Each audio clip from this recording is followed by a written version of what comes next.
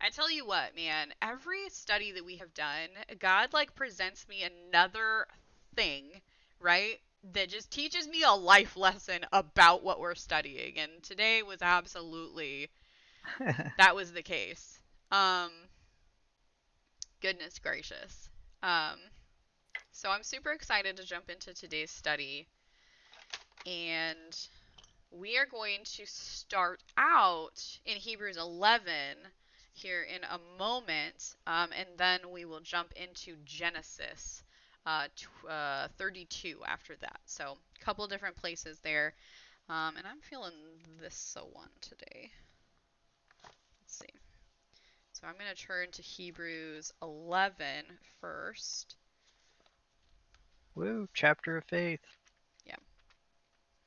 And man, guys, I've been okay. So like next week, here's a fun fact. Next week, I plan to kind of like I'm planning on this week just powering through a lot of different um, studies and preps and stuff, so that next week I can chill and I can breathe and I can have more time to like focus on my family and stuff. Um, so this week I've been working on our blog study for Grace, and I am so excited. It's going to be awesome, and it's going to be very long. With that, though, I'm hoping that today I can sit in the voice chat, and somebody, if you guys want to stick around later after I help my kid with her schoolwork, I'm going to come back and sit in the voice chat and continue studying. And so if anybody later would like to continue studying with me and help me put together the blog, um, I would love for you guys to stick around or come back later or whatever and do that. That's my goal. I don't always make it happen when I would like to, but today I really want some extra help and participation with this one. It's gonna be a really good one, but a really in depth one. Um, so I just wanted to throw that out there at the beginning. But we'll see. Starting so late in the day, I don't know how the timeline's gonna go today, but that's the goal. But I'm also finishing up my study on should Christians practice yoga and meditation. So that was one that Morena cashed in to have us do, and so I've been working on that, and it's been really cool to do. So you'll get to see that study. Um, and then good morning, Will. Good morning. And then next week we're gonna have a should Christians celebrate Halloween, because it's Halloween next week, right? And then we'll have next week's study, which will close up our warning sign series. So I'm going to try to power through all of these studies this week, so that next week I can chill with my family. It's my That's goal. good. It's my goal. So if you guys want to help with these studies, I'm down for that. I'm down for that. And I would love that Okay. so much. Um, so anyway, just thought I would share that with you. All right, guys, let's jump in here. Will, I am well. How are you, my friend? And Shanna, hello. I think you jumped in earlier, and I'm sorry, I totally failed to acknowledge you. But good morning. I'm glad to see you as well, both of you. I'm back. I accidentally had my mic unmuted when you were praying, and some girl texted me on Zoom and said, "You know God isn't real, right?" I said, "Yeah, okay, sorry." Then she said, "You should be." So I just said, "No, I'm sorry. You don't believe in him. Just don't bash me because I do." Yeah. Good for you. Good for you. Remember to respond in love, but absolutely. You know, wow. Hmm. I a little story. I love when Oh. kids um I love when kids step up. And yes, I'm sorry. I keep calling you a kid. I'm sorry. But I love when kids step up and and stick to their faith even when people are mean. I love it. Yeah. Um Probably a good response. Yeah, don't Yeah. text back. The good response is you not texting back. Just Brandon, I'm sure you got a verse for that one too. Yeah, there's a Did I few, beat you to it? especially Proverbs. Yep. Some things are just best to just, you know what? All right, we'll just leave that one alone. But proud of you. Good job. Good job. Will says, old age got the best of me this morning, was yawning and stretched and pulled a muscle, and now my shoulder hurts really bad. Oh no, Will, I'm sorry. Goodness gracious. Goodness gracious. Lord, please be with Will. Help him to find comfort and healing in his pain, and help him to seek you out and lean into you in his discomfort this morning. Lord, I thank you for him and Shanna both being here this morning, and thank you for whatever is ahead in our study and however it might speak to them while they're here. In your name, amen. Okay, here's our main point, guys. Oh, you got a verse? See, we can rely on you for always having a verse, man. My mouth still hurts. My shotgun punched me in the mouth last Saturday. Oh my gosh! Jeez Louise. Actually, man. I wanted that in the ESV. Oh, did it? It seems like it changes like day by day. Like even when you have set it to be ESV permanently for you, it like I don't know. It's a little weird. There we go. Good sense makes one slow to anger, and it is his glory to overlook an offense. Yes. It's wabbit season. Wabbit season. Just kidding. Sorry. Okay, couldn't help it. Anyway, moving on. So here's our main point today, guys. Sorry. Goodness. It's a good thing you guys know that I'm just super like scatterbrained half the time. Here's our main point. Plop that up there for you. Like Jacob, we are the recipients of God's grace and love, and he chooses to use us to make his name known. Mm-hmm. Okay? That's our main point today. That's what we're going to focus on. Here's our verse of the day.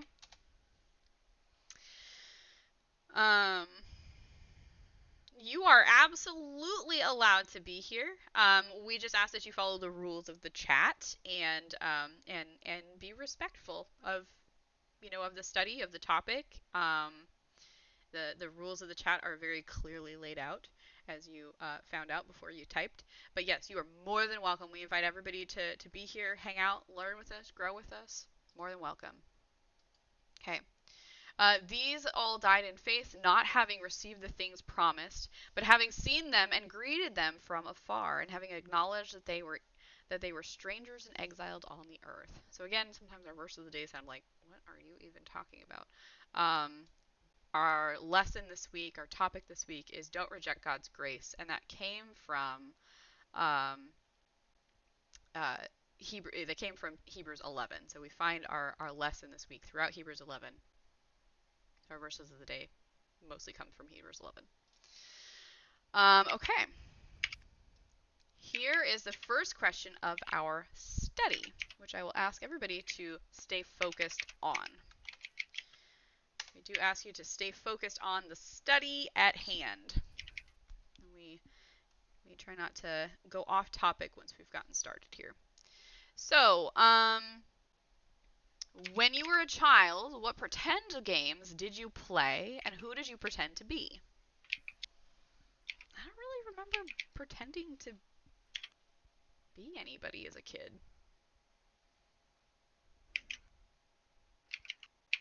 I think my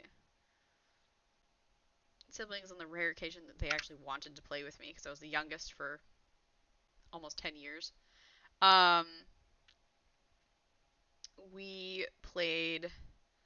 usually we played like cowboys or, whatever. But I was usually just by myself, so I don't really remember playing pretend very much. But I was in theater. I grew up in theater, though. So, I guess that was kind of my fuel for imagination. Shanna, doctor. Yeah. Zach says, when I was younger, I used to play cooking, and I pretended to be Gordon Ramsay because I thought his accent was the coolest. That is adorable. I love it. Will says, my biggest pretend game was truck driver, and I played my grandpa. Aww, he was my hero because he saved me. Oh, I love that. Oh my goodness. I love it. What about you, Brandon? Yeah, like me and my friends would go out in the woods and stuff and play army men. Yeah. Okay.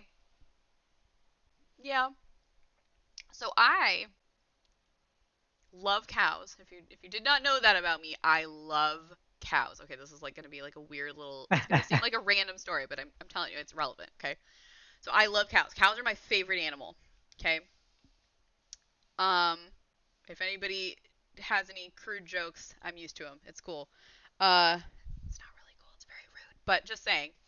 I love cows. They are my favorite animal. They are like the cutest and the sweetest animals. Okay. And for a while, when I was younger, my dad lived on a farm, and it wasn't his farm, but he was like he lived on the property, right? So whenever I would go and spend time with him, I got to go run around in the cow pastures. And so I would like talk to the cows and I would like pretend I was, like a legit cowgirl, and things like that. But then there was also coyotes that would come, and there was like barbed wire and electric fences and everything to keep the coyotes out, right? But I would go beyond that fence. I would go through the pastures and I would go out into the woods where the coyotes lived. And so then I would pretend to hunt the coyotes. And but they were actually very sweet animals. Like I do not condone you go out and you just make friends with coyotes, mind you. But in this area that we lived, they were very sweet and they were actually very tame. So then I ended up just pretending that I was just a wild child and I just lived out there with the coyotes. And I built this like hut thing out of logs and stuff like that. And I remember my older siblings came out one day and they were like, "There's no way you built this by yourself," because I was like little, right? I was like, "I totally built this by myself." And then we went back again, and the coyotes had moved into it. And I was like, "Oh no, my fort!" Like the coyotes took it over. Like legit, I'm true story, I promise. I was like, "Oh my gosh!" So I wasn't allowed to go back there anymore because they moved into my little fort. So that was like way too close. My dad was like, no, you're not gonna go run around with the coyotes. Like, what are you doing?" Yeah. Yeah. So there you go. But I loved hanging out with the cows and then going out and like hunting the coyotes. And I stalked them. Like I was brave, man. I would stalk the coyotes around. And they ended up moving in and just making it their den when I built a little house out there. Anyway, so I guess that's a good example of me pretending when I was a kid. Yeah, Let's. building forts was fun. Oh yeah, I loved being out in the woods, building forts, building all kinds of stuff. Absolutely. Oh my gosh. Sugar he used to call cows bug Dalmatians. Bug Dalmatians. Oh, big Dalmatians. Like bug, big Dalmatians. That's adorable. I love it. I love it. I could see that, That's funny. especially the dairy cows. Yeah, yeah. Oh man, I love cows so much. I see what you did there, Delcree. I see what you did there. Oh goodness gracious. These are Bible verses. This one says Isaiah 6:8. Here I am, send me. It's the main one that you can see. Then we've got Numbers 11:14, John 14:15, 2 Corinthians 5:13, Jeremiah 29:11, Acts 20:24, Romans 1:16, Romans 2:1, Zephaniah 3:17, Acts 1:8. That is what those say. Um, yeah. Okay. Next question. Next question. Unless somebody else wants to chime in with that. When you were a child, what pretend games did you play, and who did you pretend to be? I may have just made a couple purchases. Uh-oh. Uh-oh. Uh-oh. How close are you, Dalkery? Dalkery has been working on updating his or not updating, building a new PC. And he's been very, very close to the Ah, goal. Very, very close. It's amazing. I'd love to hear how close you are, Dalkery. We used to hop on cardboard boxes and ride them down the stairs because we never had the long laundry baskets. Yeah, see, I did that a few times, but I learned the hard way not to because I'm a very clumsy person and I've like twisted my ankles and sprained my ankles really, really badly to the point that like it's so easy for me to do it again. So I learned that at a very young age not to do that stuff.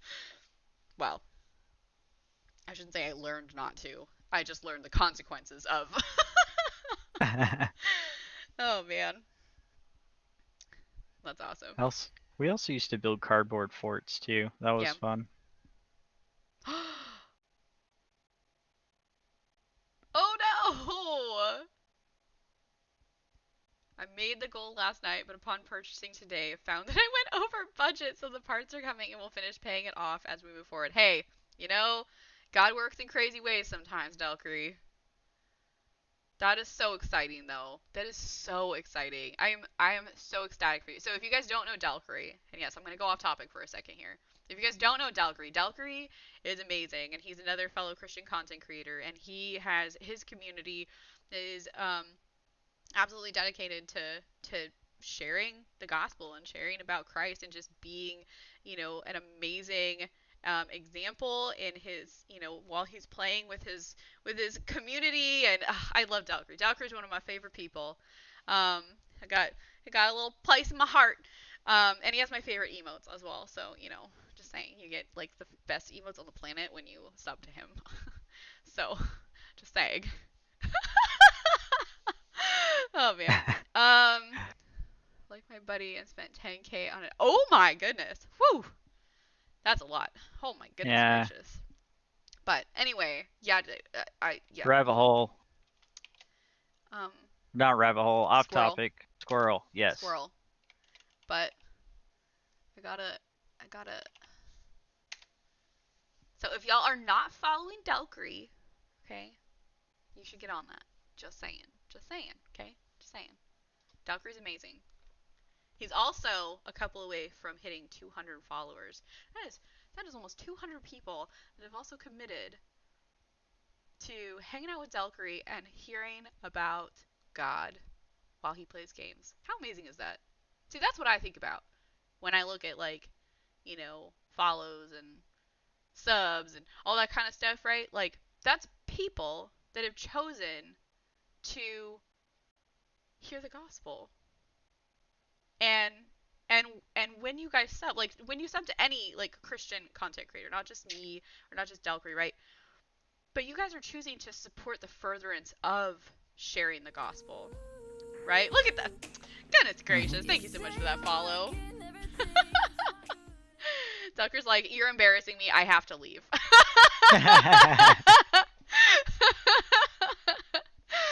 Oh man. You're so funny. I love Delcree, seriously though. So if you guys are looking for other Christian content creators, he is amazing, and I encourage you to go show him some love for real. Okay. All right. With that, okay, Delcree, I'll stop embarrassing you now. I'll stop. No, I have to do this now because now I'm like pulling favorites here, and that's just not acceptable. Okay. You also need to throw a follow to the Theologian, who came in and dropped some gifted subs earlier. Not because of the gifted subs, but he is also an amazing Christian content creator, and he runs a Christian podcast as well. So definitely throw him some love as well. So I love connecting people to fellow Christian content creators. There's two of them right there that are absolutely phenomenal, and I definitely encourage you guys to show them some love. Okay. Delcree. It may be my stream, but it is for all of you. And you know what? I love to love on those who have committed to sharing the truth of God and his word in this crazy platform. You know? Okay. Here's our next question. Okay. I'll move on, Delcree. Do adults in our culture still pretend to be someone they are not? How so? And who do you pretend to be? Do adults in our culture still pretend to be someone they're not? How not? Or how so? Oh my gosh. Who do you pretend to be? I used to, for sure. Before I knew Christ. Yeah. I will say that. Before I knew Christ. I feel attacked by this question. Yeah, I was gonna say, it feels like a loaded question. I know, man. I know. I feel attacked by this question. Lurk. Oh, goodness gracious. I love it.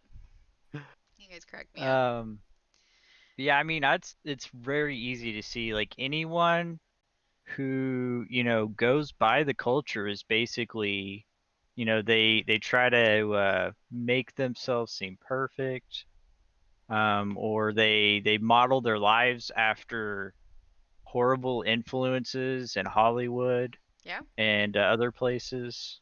Yes. It's very prevalent, especially in the American culture. So, funny story. Not really that funny. Funny story. When I was in high school, and granted, we're asking about adults, right? But still, right? I was old enough to make these decisions. So in high school, I actually, or right, I should say junior high, I left. I went to a different school than I had gone to in middle school. Middle school, I was bullied, I was beat up, everybody hated me. I was very, very, very brutally bullied. So I ended up moving and going to a different school for the next year, which was also horrifying experience. But when I came back, I moved back. I was basically moving back and forth between parents. Um, when I moved back into with my mom, I went back to school with the kids that had bullied and beat me up all the time, right? I made a decision to give myself a new identity to the point that I gave myself a nickname. Uh, this part was not by choice, but my sister was a total jerk and she chopped all my hair off.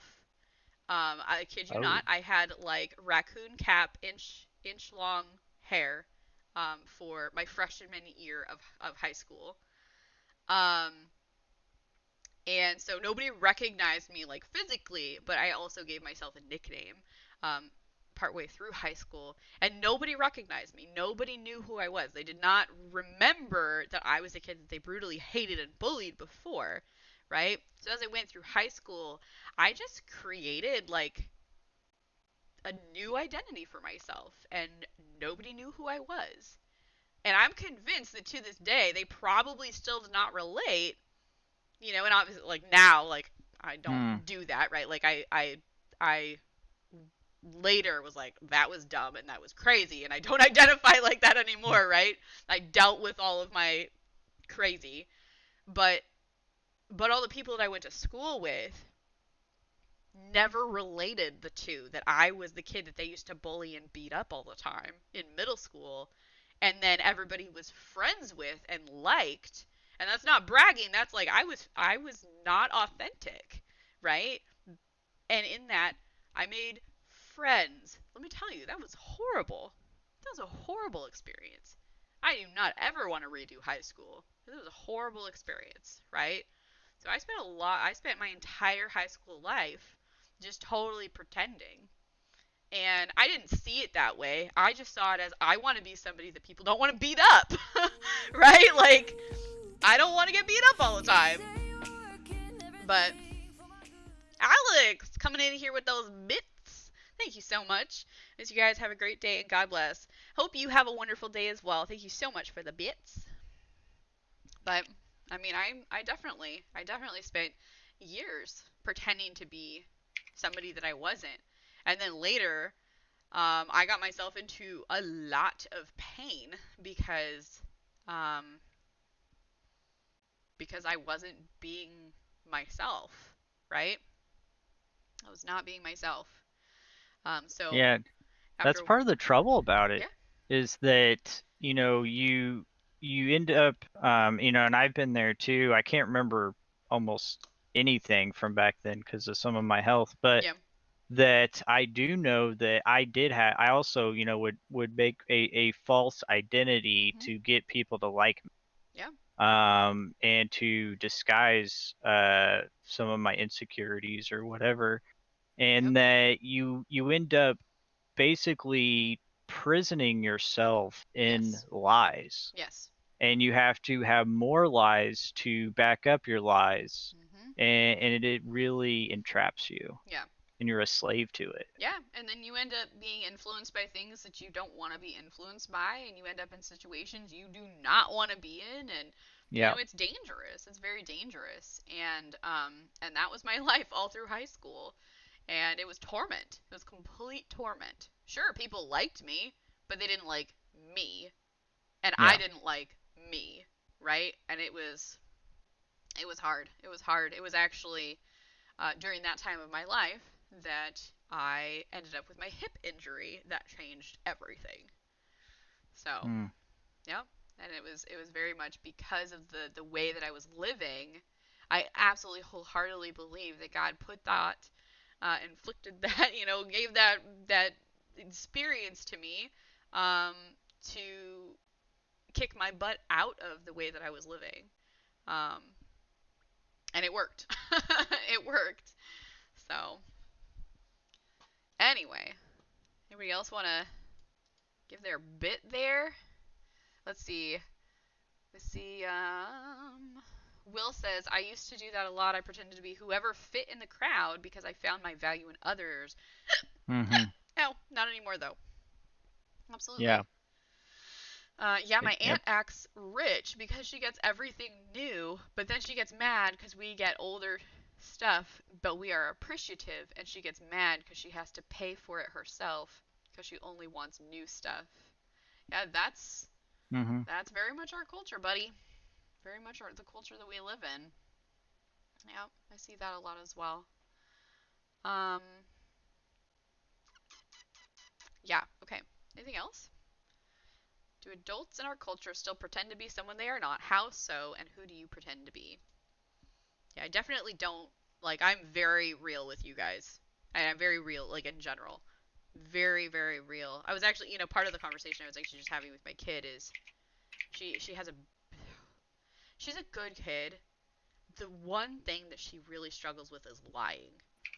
And so we're trying to teach her that lying is in no way good, right? And so part of the conversation I Mhm. just had to have with her is like, the more you lie, the more stories you're trying to keep up with and remember, and you can't keep up with all of that. Like, it's just, you Yeah. can't. You're not supposed to in the first place. Like, you're not meant to. You got to be honest. And then you have one story, right? You have one story to Yeah. keep straight. It's just like being authentic about who you are. Mhm. You just have the one you, right, to be authentic about and to be real about. And you're not trying to keep up facades about, oh, I'm totally like totally, whatever, put together, or whatever we're telling people, whatever we're making people think, right? Yeah, and Um the reason is so Jesus is, the truth. He's also yes. the foundation, okay? Yes. So this is how I imagine, I imagine like picture I'm a picture-oriented person, but Yeah. so Jesus is a foundation. Truth is the foundation. Mhm. When you stand on truth, you don't need anything else. Yep. But lies have no foundation. Yes. And those good so-called good lies have to have enough truth in them to anchor them to something. Yes. Because if it's so far out there, I mean, it's easy recognizable that it's a lie. Yeah. The sky is green. Okay, obviously the sky is not green. It's not anchored in anything that's true other than the word sky and green. Right. But, you know, and that's like a horrible example, but the point is Yes. lies have to be piled upon lie upon lie upon lie, and you're constantly having to add new layers, because I imagine it just basically free falling because it Yeah. has nothing to stand on. Yeah. Exactly. Exactly. And it's the same thing when we pretend to be someone when we're not, right? It's exactly the same Exactly. thing. Burians, I feel that. I feel that. You're good. That's why we were late this morning, because I needed to parent my child. There's that for you. Obviously, you're not a mom, but hey, parent life. It's cool. Yeah. That one's for you. So the question that we were just discussing is, do adults in our culture still pretend to be someone they are not? How so? And who do you pretend to be? And I'll let you answer that if you'd like to, and I'm also going to pop up the next question as well too. Why is it sometimes difficult for people to face the truth about themselves? Ooh, what an apropos subject. My daughter is very mind driven like me. I love it. Ow! But knowledge alone puffs up, and I'm seeing that in Mm-hmm. her as it was with me. She's lying when she's caught in order to justify herself. And I catch her, and she hates it, claiming I don't understand her. But by the end of this, she and I were doing push ups and sit ups. Uh, exemplar of beating our flesh into submission. Oh, that's a that's a relatable example there. Oh man, I relate. I relate. Oh my goodness. Yeah. So why is it sometimes difficult for people to face the truth about themselves? Sometimes my mind tells me I'm a fake Christian when I see people who are way further along in their faith, walk, and are doing things that are so big and amazing. However, I know that it's dangerous to compare myself to others, but my mind still thinks those things.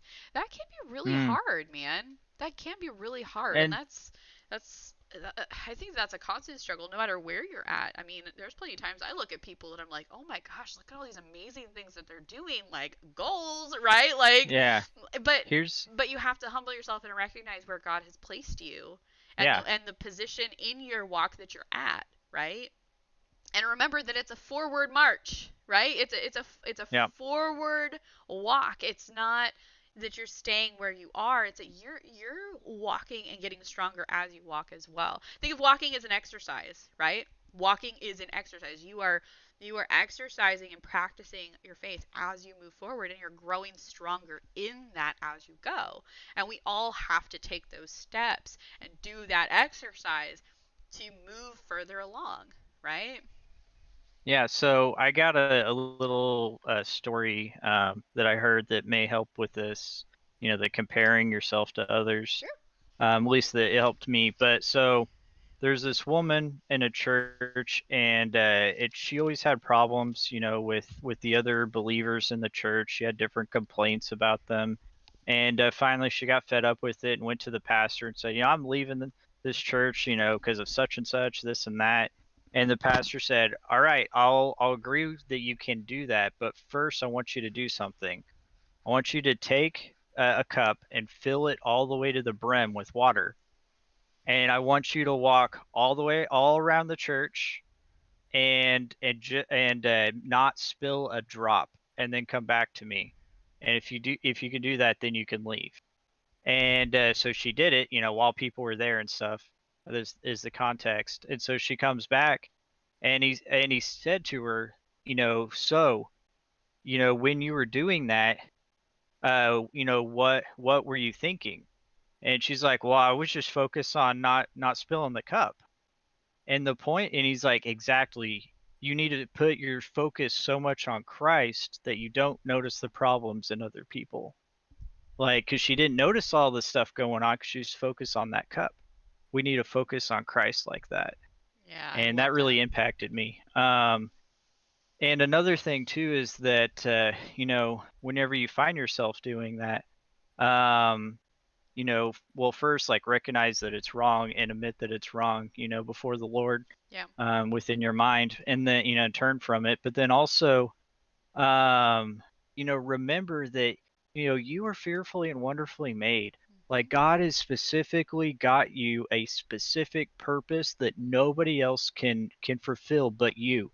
He's got you in a place and has plans for you that nobody else can do but you. Yep. Absolutely. Absolutely. Thank you for that. Also, I had a verse for that last question about Sure. people being fake. Sure. I feel like this one kind of pertains to our culture, at least part of it. Ow. Excuse me. One pretends to be One. rich yet has nothing. Another pretends to be poor yet has great wealth. Proverbs 13:7. Yeah. Yeah, I read that, in that last part of it, the first part is really prevalent to our culture, but the last Yep. part of it is the believer. Yep. That though we, can be physically poor, yet we have great wealth. Christ is our wealth. Exactly. Exactly. Burian says, military training helped teach discipline to chase after truth, regardless of the supposed self harm we think it induces to whatever image of ourselves we've painted. Hmm. Humility is absolutely key. Yep, that's exactly the conversation that I was having with my kid this morning. And reminding her that, if you don't stick to the truth, no matter what, then how's anybody ever going to believe what you say? Yeah. Or, like, if you constantly change your story, then you're lying one way or another, and that's where the danger is. But if you stick to the truth, no matter what it is, then eventually you'll start to realize that you don't have to keep up with all the lies, and there goes a lot of the stress, right? There goes a lot of the anxiety of trying to keep up the facade and cover your tracks, and and man, it's so relevant to what we're to what we're talking about is So stick to yourself, stick to the truth of God, you know and who he says you are, no matter what, right? No matter what, period. No matter what.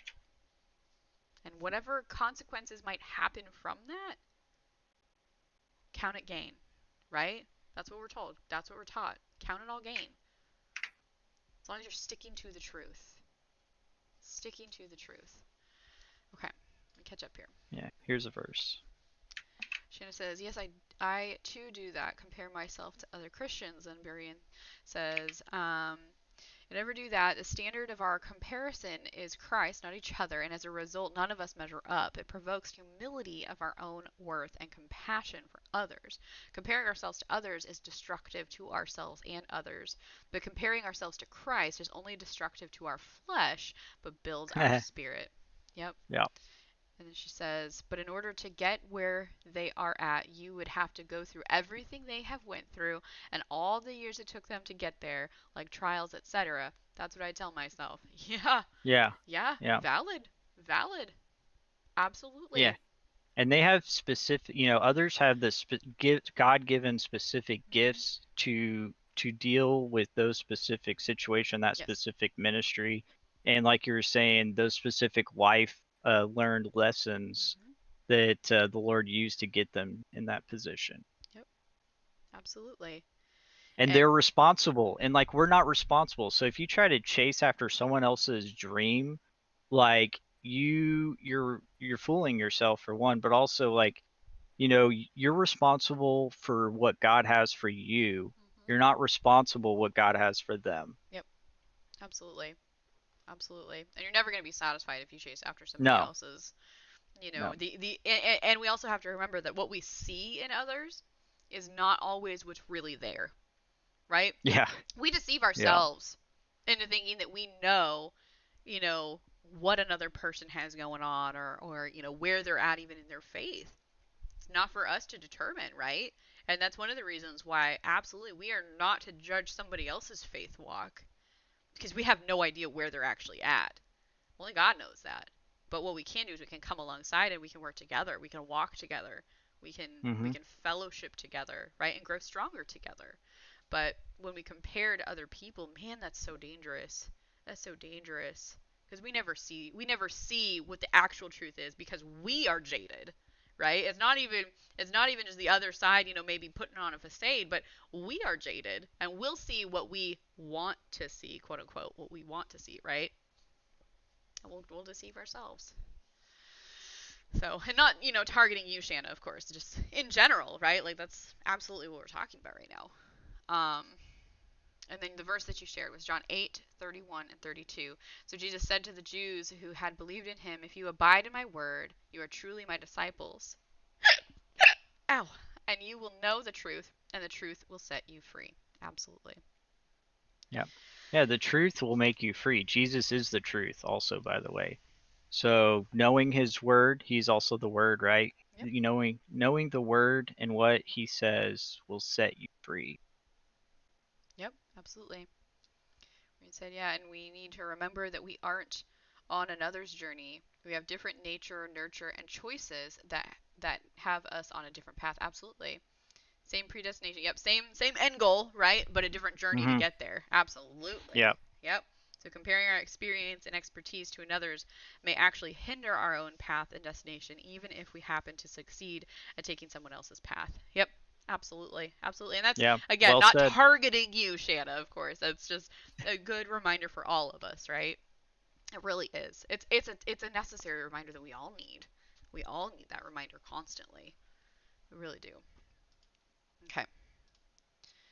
Um, so we'll jump back in here. In our culture, we often try to seem like we have it all together, or like we have complete control over our lives, when in reality, we do not, right? We do not like to admit the truth about ourselves because we don't like to admit our world perceive it. I can't even read. Can't even talk. We do not like to admit the truth about ourselves because we don't like to admit what our world perceives as weakness, right? What our Mm-hmm. world Yep. perceives as weakness. No matter who we pretend to be, God cannot be deceived. He knows who we really are. Through the power of the gospel, we can acknowledge the truth about ourselves and embrace Christ's power to transform us. Yeah, that's that third point you made. No matter who we pretend to be, God cannot be deceived. Mm-hmm. Interesting, that God's word says, and I'll throw up the verse in a second, but even your own heart will deceive you. Like, Yes. that's like, whoa, like in your face, like, oh man, like in your heart, like the core of who you are. Like you could be deceived. You could deceive yourself, Yep. but God is not deceived by it. Exactly. Exactly. Okay. We're going to jump into Hebrews 11 now.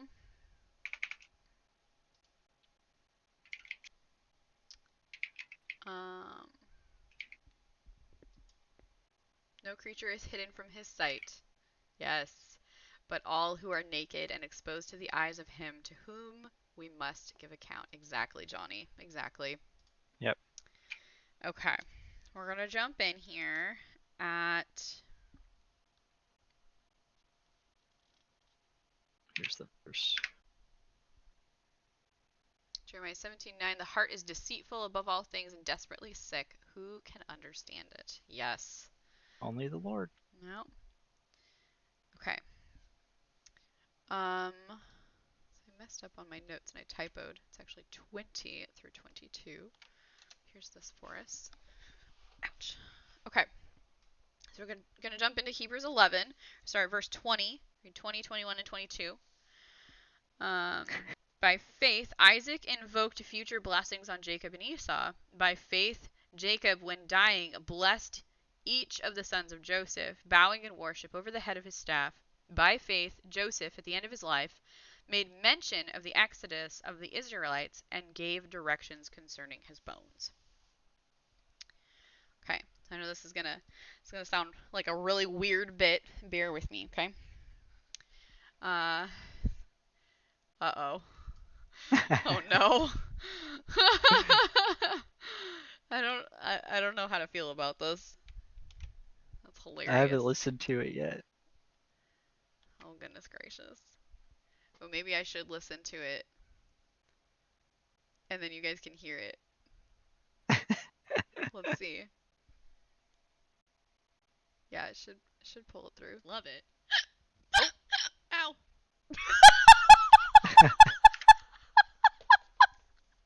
Please tell me you guys heard that. Do I need to play it again? I'm sorry. That's totally a squirrel moment, but oh my gosh.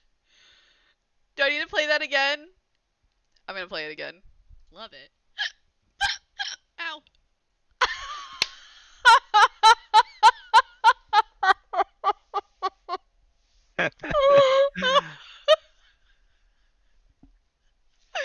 Oh my gosh, I'm dying. That is amazing. That was like the perfect clip, too. Oh man. One more time. Okay, okay. Delker's asking for it one more time. One more time. Love it. Ow.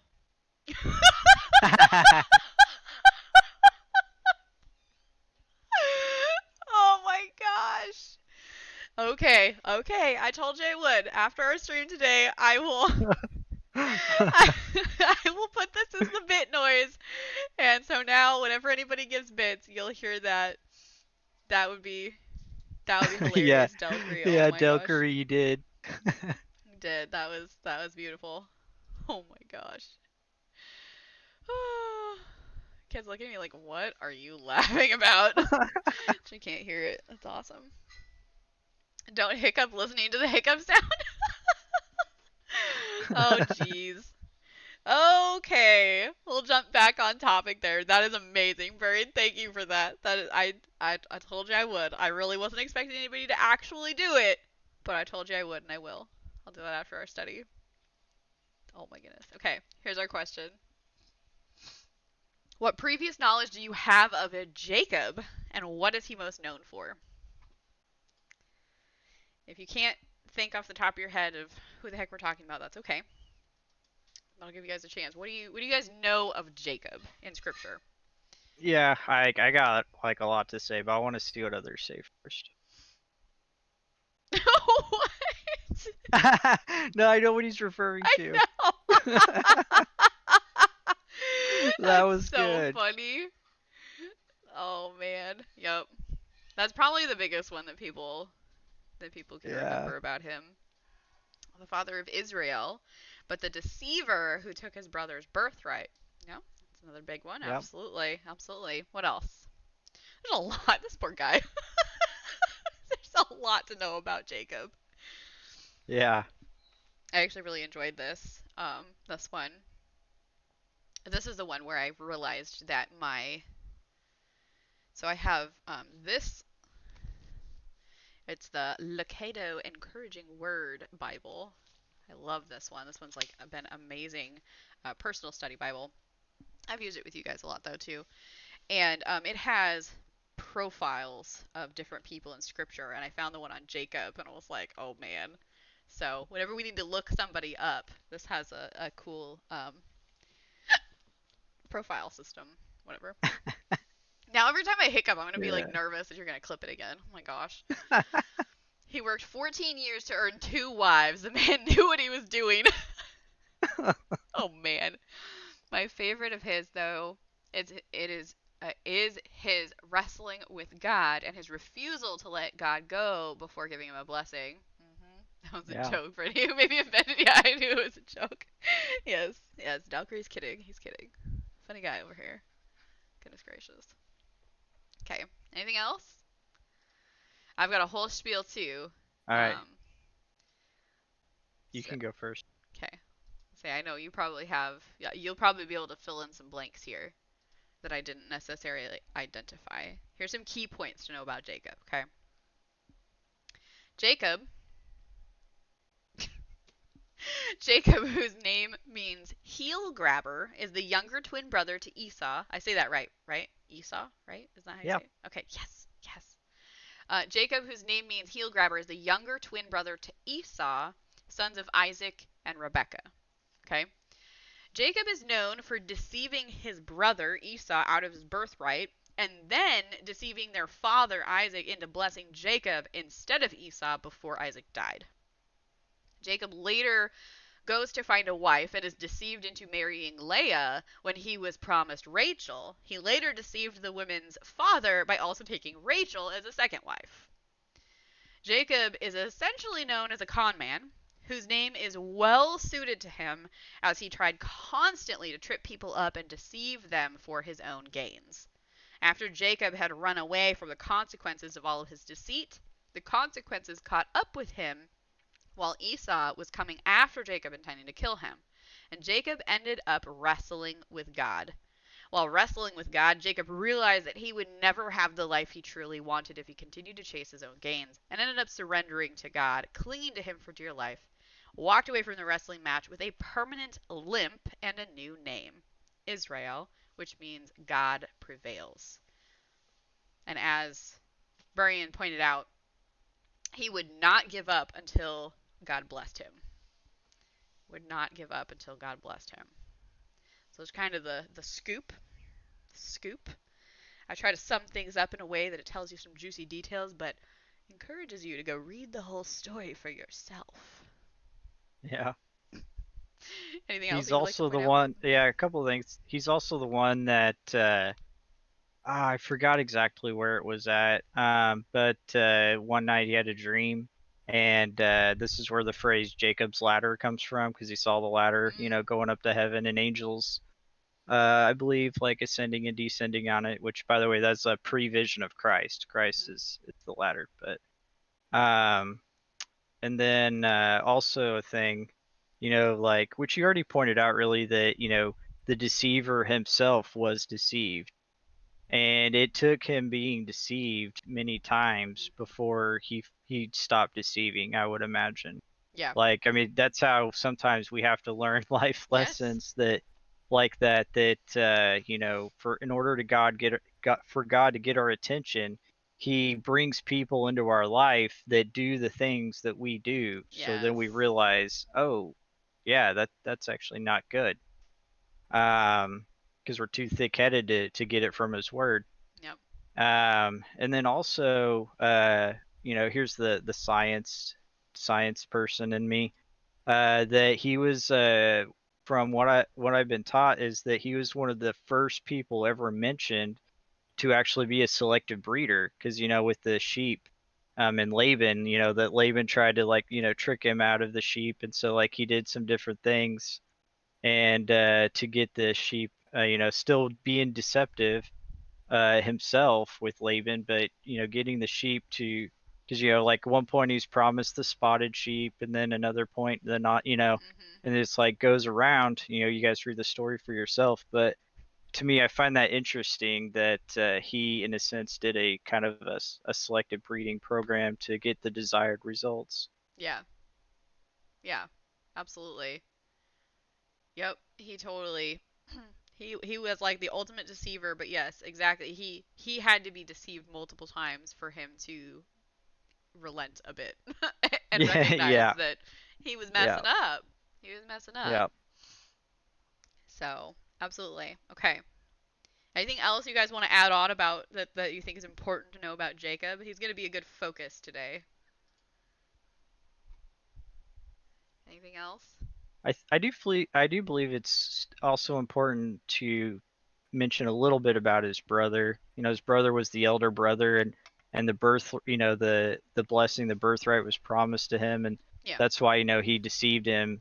But his brother also despised his birthright. Like, he didn't care about it. Yeah. Like, he was not someone that was seeking God. Yeah. And so it ended up passing from him, He and the gave his Lord birth. allowed it. Yeah. You He know, he gave his birthright away for a bowl of soup. To yeah, let you for a know, bowl of like soup. that's how much he Yeah, cared about his birthright. He's like, give me yeah, some soup. Here, you can have my birthright, and like he didn't yeah, even care. So, yeah.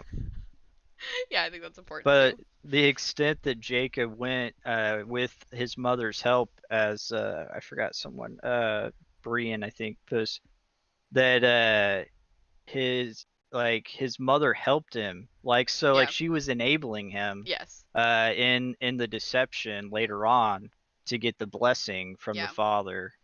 And it ended up, like, he had to, like, dress up and, like, do all this stuff just to fit the role, to be disguised like his brother, putting on his clothes and putting on, like, goat hair, like, Yeah. on his arms to be woolly and Yeah. She stuff. dressed him up deceptively Yeah, to trick their father. Yep.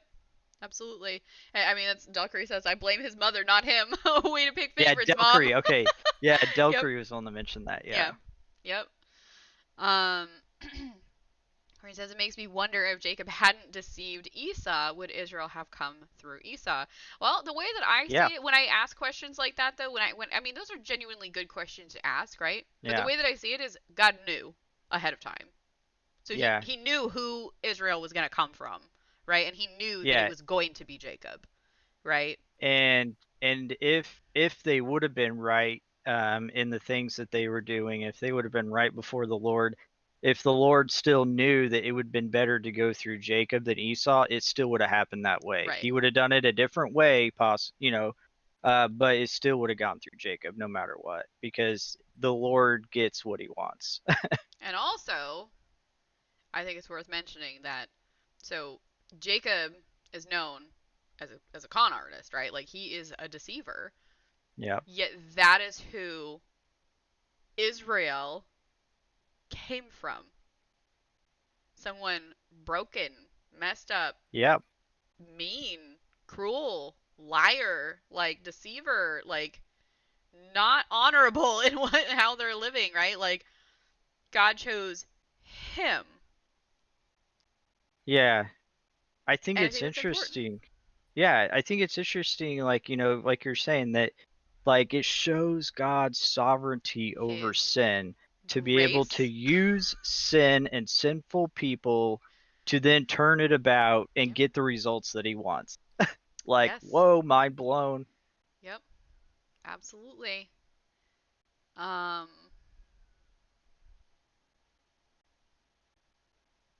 Zach, gotta find something from the Bible because I get confirmed this year. I'm sorry if this is off topic, but I'm brain farting right now. What are the quotes called in the Bible? Like what John 3:16 called verses? Scripture? Yeah, they're What are you just getting at? called verses. Yeah. I think you're asking if verses. So instead of calling it like a quote, it's a scripture verse, right? Does that make Yeah. sense? You're good. You're good. Yep. You're good. No question is a bad question. Sometimes we will not answer all the questions, Or redirect to Discord. or we will redirect them. But no question is a bad question. Um, okay. So we talked a lot about It's a Jacob. link. Okay, got a good understanding about him. Now we're gonna ask,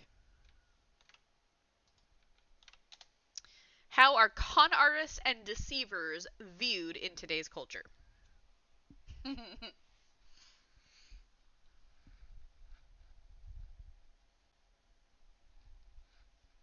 How are con artists and deceivers viewed in today's culture?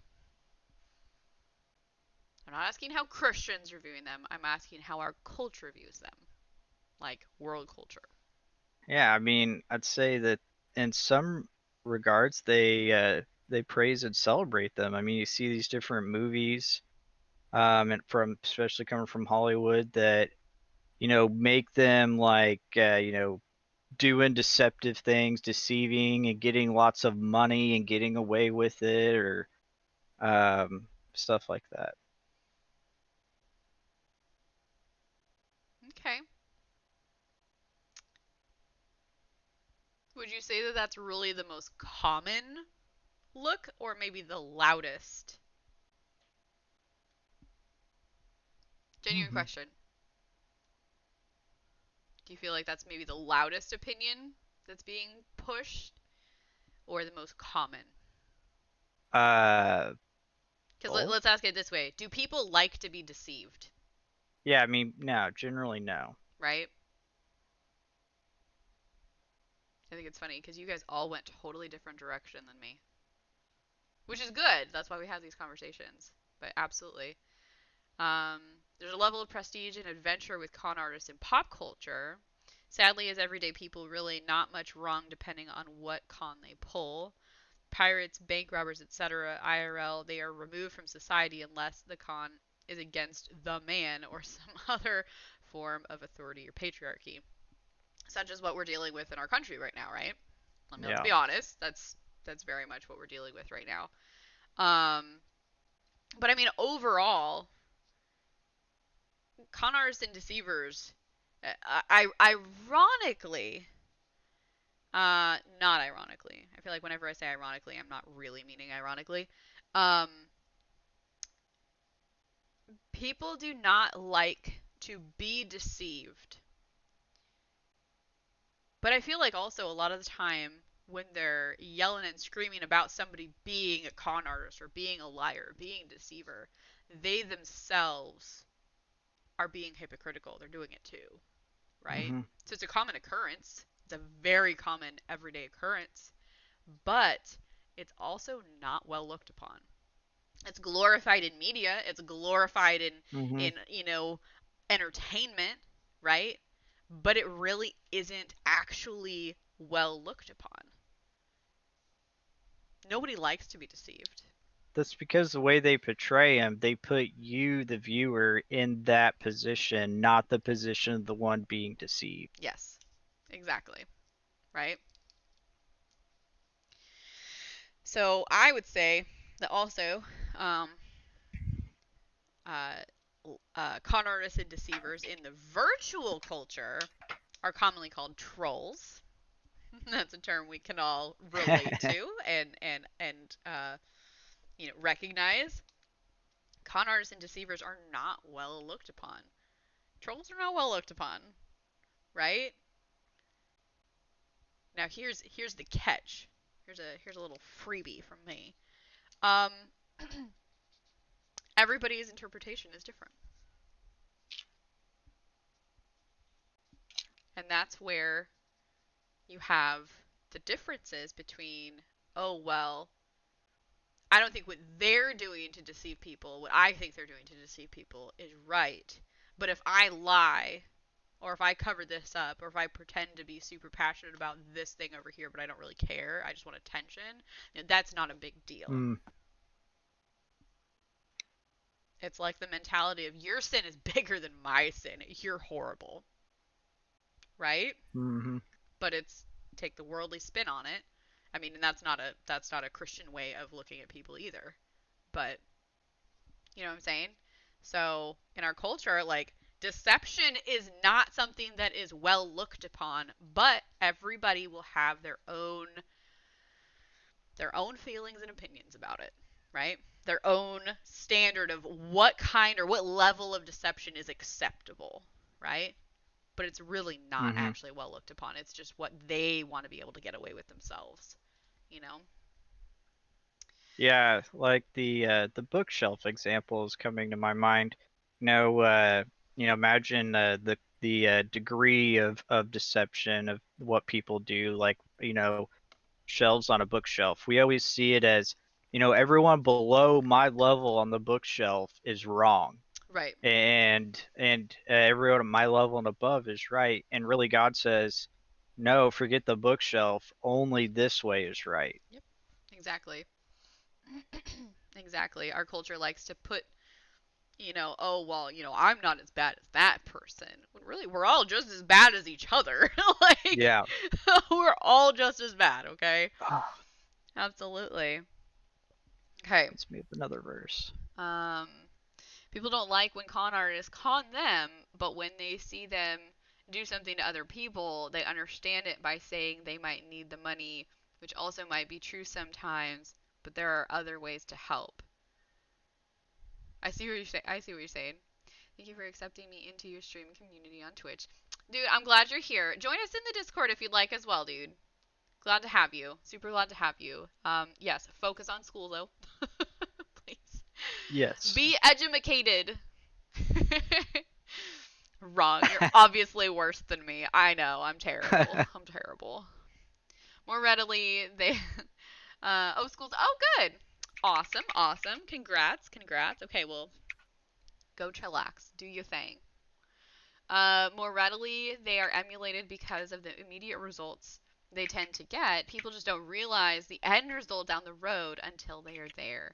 But that is when they are paying the piper or they themselves have been conned. I think I said that the way I wanted to. I got you. I got you. Absolutely. I've been watching you since school started. Nice. I'm glad you're hanging out. Glad you're hanging out. Um, and again, seriously, if you'd like to join us on Discord, you're more than welcome, dude. I don't know if you already have. I'm not paying attention to the Discord right now, but All right. you're welcome to. So I got another verse. Okay. I'll let you do that before I share the next question.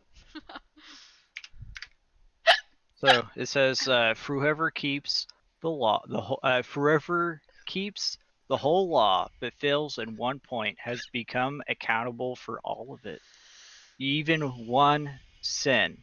Once one sin happens, you're guilty of it all. Yeah. Like it's like a flood effect, so to speak. And we're all born into sin." Yep. Yep. Absolutely. Thank you, Dexter. Posting that up. Okay. So describe a time when you've been blessed by another person. What emotions did you experience at the time, and what changed in your life as a result? So we talked about being conned and deceived, and now describe a time when you've been blessed by another person. How'd you feel? How did life change? I'll be honest, I'm blessed every day by you guys being here, and it has completely, completely changed my life running this community and all the blessings that come from all of you amazing people. There's my little sappy moment for the day. I'm being very honest though. I'm not being facetious, I promise you. Yeah, I can tell. Blessed every day. Y'all are amazing.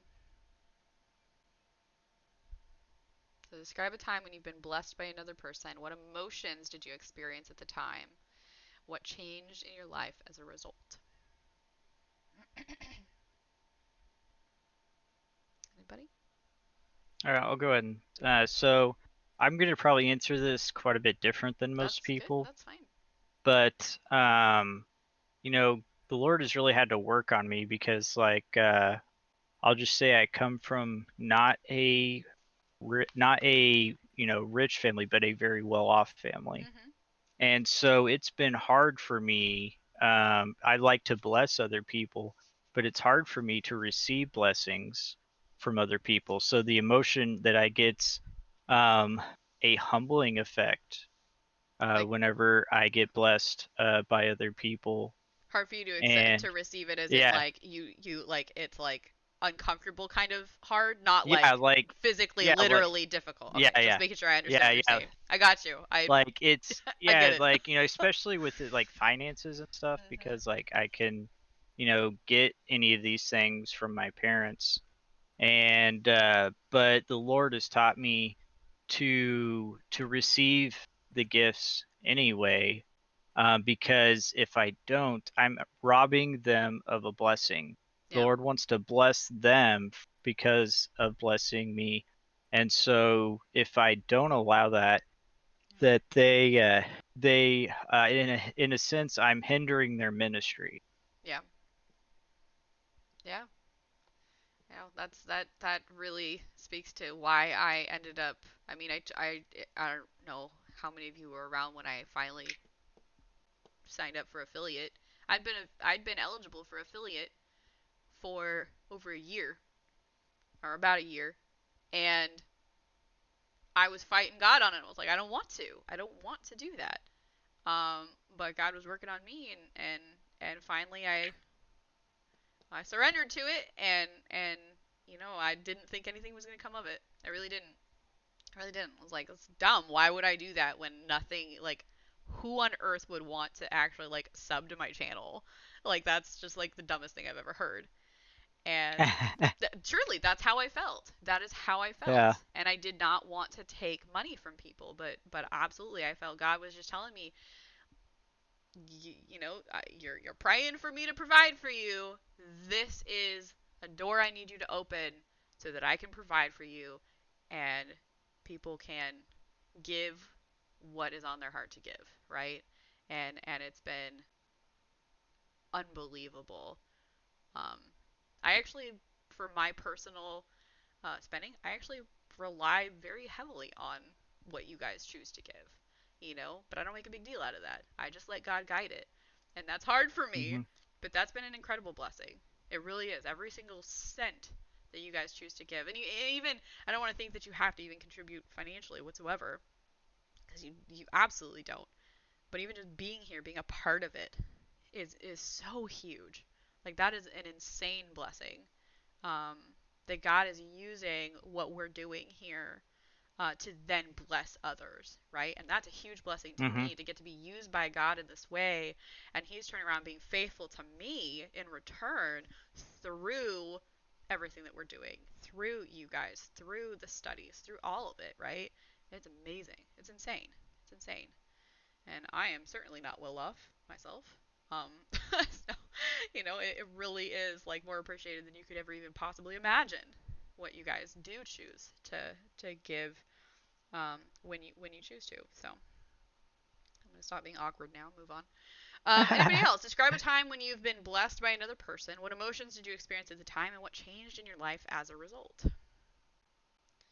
Changed in your life as a Humbling. result. Yeah. Yeah. Huge To humbling. answer the third part, yeah, humbling. Massive humbling. Absolutely. Absolutely. And, you know, just on the same thing for me, like it's allowed our community to move forward in ways that we wouldn't have if I hadn't chosen to be obedient, even not just like the financial side of it, but just in general, like the ways that God has blessed our community and we have grown because I was obedient to God. Um, if I was being disobedient to God, trust me, we wouldn't be where we're at. Mhm. It's taken a lot of obedience and stepping out in faith, and it's been a huge blessing to do so. Like unquestionably, that's been, man. We as a community have grown. I've grown in my faith. I know I love hearing, your guys' testimonies of what you love and appreciate about being here. Man, this community is just one big, huge blessing. I love it so much. Absolutely, yeah. So funny. People don't like to talk about being blessed by other people. I don't either. I'll be honest. I don't. It freaks me out sometimes. I feel like I'm like, I don't know. It almost feels conceited in a way. You know what I mean? But like at the same time, I think it's really important to recognize and let people know that they are a blessing to you, Yeah. right? If somebody I has been a blessing to you, tell them. Let them know. And that's my intention here. That's why I'm sharing this with you. You guys are a huge blessing to me, and you should know that. yeah, I actually think it's possibly because of our flesh that the flesh wants to be self-sufficient, Yep. and so it gets uncomfortable when other people bless us. Yes. Yes. I think we naturally don't like to accept help. Yeah. Yeah. Okay, I can feel the discomfort in the room. I'll move on. Yeah. Describe a time when you felt broken. Ironically enough, I bet you this is going to get a heck of a lot more responses. Describe a time when you felt broken. What emotions did you experience at the time? Yeah, I want to wait to see what some of the responses are. Dexter says at these times I didn't think I was blessed, but was thankful. When I was active duty, I have had I have had a few meals bought for me and my wife. Nothing really changed. I was blessed when my deployments went relatively hazard free in the end. Yes, we had firefights, incoming indirect fire, spies on the base, but in the end, my unit came home unharmed, humbled and grateful for a time being. Then Mm-hmm. back to normal. Yeah, Yeah, previous question. yeah, yeah, Yeah, yeah, I that got you. was his answer. hmm Thank you for that thoughtful response. Yeah, absolutely. I think it's definitely easy to, what am I trying to say? When you've been blessed to kind of lose the appreciation for it eventually, you know what I mean? Mm-hmm. Get spoiled? Yeah. Yeah. That is one thing Yep, that I, I've been there. yeah. I really really I pray every day. Like God help me, like basically just help me to never expect any of the blessings that I ever have, Yeah, and never, you know, whatever, like have any of that kind of attitude ever. yeah. But And always be never become grateful when it ungrateful. happens. Yeah, Yeah, yeah, but always be grateful when it happens. yeah. Absolutely, absolutely. Yeah, and something you put in there about having a few meals bought for you reminded me. So like one of the Christian music radio stations in the town I'm from, it's a pretty big town, like 150,000, but um they do this thing, and I forgot exactly what they call it, but basically uh you buy, like, in the drive-through, you pay for your meal and you pay for the meal of the person Pay it forward. behind you, Mm-hmm. like as the Yeah. Lord leads, obviously, and you leave a note. Like, you have a note that says, I just want to, whatever it is, like that. Right. The Lord pressed upon my heart to bless you today for, by your meal. And you ask the person, to give it to them, and hopefully they do. But point is that, like I've heard of it happening where like a chain reaction Yep. happened where multiple people would like, buy like, 5, 6 cars like back, like they all like did it Yep. because the first person stepped out and did it. Yep. The first time that ever happened to me was in a Starbucks drive-through. And I was like desperately needing some coffee. Like I needed like a pick me up bad, and I was like really stressed out. I was broke. I shouldn't have been buying coffee. Like should not have been buying coffee, but I was like I just need this right now like and and the person in front of me in the drive-through paid for my coffee, and I lost it. Like I was like, they did what? They did what? Like why? Like I was like I started like crying, and I just totally didn't even think about like paying for the next person behind me until like later somebody explained.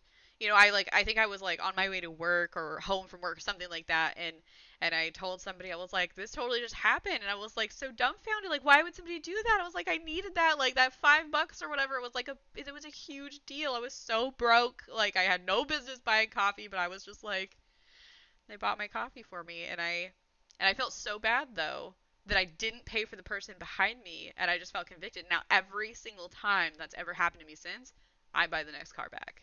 Absolutely every single time. I don't care how much it is. Yeah. And it's not necessary that you actually have to do that, No, especially but if you're, like that's such financially a strapped. it was such a huge blessing to me though. I Yeah. was like I cannot not do that the next time that opportunity Yeah. presents No, yeah, itself. I understood. I Yeah. just want to make sure others, Oh yeah, yeah. didn't feel like they had to do that, No. but as the No. Lord leads you to do so. Exactly. Exactly. So it was awesome. Oh my gosh. Um, I've seen that happen before. Those are cool. I always feel bad for that one that gets the unexpected family car behind them. $65 later. Yeah, I've had that happen. There's like a whole family for and I or behind me, and like I look at the cars behind me, like whenever I'm doing it, I like look at that. I look at who's behind me and I pray over it, you know, and I'm like, God, you want me to tackle this next one, whatever. And there's been at least once or twice that it was a hefty little bill, but I was like, God, I'm giving it to you. Giving it to Yeah. you. And I've seen the reactions behind too, and I'm like, oh, that's why. That's why, because they appreciated that so much. Like, clearly they needed that, and I don't care if it continues. Yeah. Just being able to bless somebody with no expectation, like complete stranger, you have no idea, right? You have no idea what that could mean to them and what could trickle, what could happen because you chose to bless somebody just randomly, right? It's awesome. Um, Mainly because I probably would be the family car. Yeah. Yep. Me, the wife, 5 kids. Yeah. That's a lot. That's a lot. I love it though. I love it. Okay, so we're on the question now. Describe a time when you felt broken. What emotions did you experience at the time? So, on to brokenness. We've talked about blessings. If anybody wants to give any other examples of the time that you've been blessed, how you felt and how it changed you, um, please feel free to share. But now we're skirting the other direction. What's a time that you felt broken, and how, like, what emotions did you feel at that time? Okay, so I got one. Okay.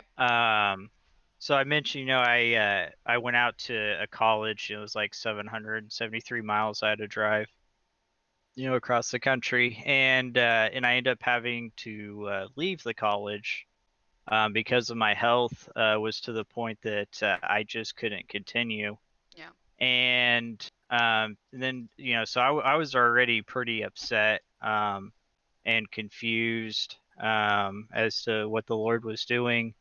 And then to top it all off, a person that I used to be, and I say it like that on purpose, used to be a mentor from my church, Yeah. and he still goes there. Uh, I talked to him on the phone, and he started yelling at me, telling me that I didn't know how to discern the voice of God and this stuff. And like, I mean, it just like further pushed me into complete bottoming out, like Yeah. to the point that on my way home, the Lord constantly had to, to help me, because I just wanted to drive, because I had to go through the mountains, Yep. and like several times I thought about just driving off the edge, Mm. and just forgetting it all. But the Lord sustained me and got me through it. But and it took me a while, but I've forgiven the man, and I've even been able to talk to him face to face. But he's never apologized for it. I don't even know if he realizes what he did was wrong. Right. Um, and yeah, I know now that I do need to learn and continue to learn more how to discern when God speaks. We all do, Yep. but to do it in the manner and in the timing that he did it was wrong. Yeah. Yep. And that's, you know, that's something that I think we have a hard time understanding in general. Yeah. Is that sometimes, we have the right intention or we have even necessarily the right thing to say, but it's how we present it, you Mhm. know, or sometimes it's the heart behind it, right? Like we have to check ourselves completely how we're presenting that. Yep. I totally messed up my overlay because I didn't know it was gonna freeze by updating the sound, but I updated the sound and I messed it up. So I'm sorry. Don't mind me as I screw things up today. Burian says, I think for me it depends. If I'm broken because circumstances have brought out my sin, then I feel distressed for my flesh, but thankful for Christ filling the gaps with something greater himself. If I'm broken Mhm. by choice, whereas I could get away with something if not admitting guilt, I have to spend more time in my distress to truly recognize my sin. The recognition of Yeah. Christ comes afterwards. Yeah, yeah, Mhm. absolutely. Absolutely. It's totally gonna bother me that I screwed everything up. I apologize. Okay. Sorry. Squirrel? What? Yeah, absolutely, dude. I think I have to beat my flesh more in the latter circumstance. Yeah. Beat it into submission, Yup. Yup. metaphorically, of course. Yes. Metaphorically. Okay. How did God use your brokenness to redeem you and your situation? What changed in your life as a result? I know, Brian, you already kind of answered that a little bit. Do you want to tackle that? How did God use your brokenness to redeem you and your situations? What changed in your life as a result? I mean, my whole, like, literally all the way up until 23, which I will not tell you how many years ago that is. Um, um, ish, around there. I was completely broken. Like, I was living in pure brokenness. Just utterly and completely broken. But God used that brokenness to make me realize A, that He was there, right? And B, that I needed Him.